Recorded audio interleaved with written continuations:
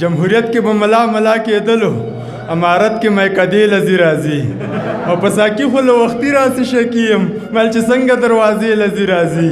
او مفکر ورله شیخانو پل کې ناست دی، ګل مرجان زړې باړې لذي راځي. او موږ به خود ویل چې همدا مسلم یاري ده، موږ به خود ویل چې همدا مسلم یاري ده، روغه جوړه کې دوهې لذي راځي.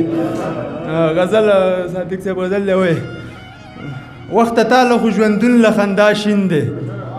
وخت تاله خو ژوندون له خندا شین دی، د مرګ خوله کې خوار پښتون له خندا شین دی، د خیال ټالې د لیلا زلفو کې زانګې بیابان دی او مجنون له خندا شین دی،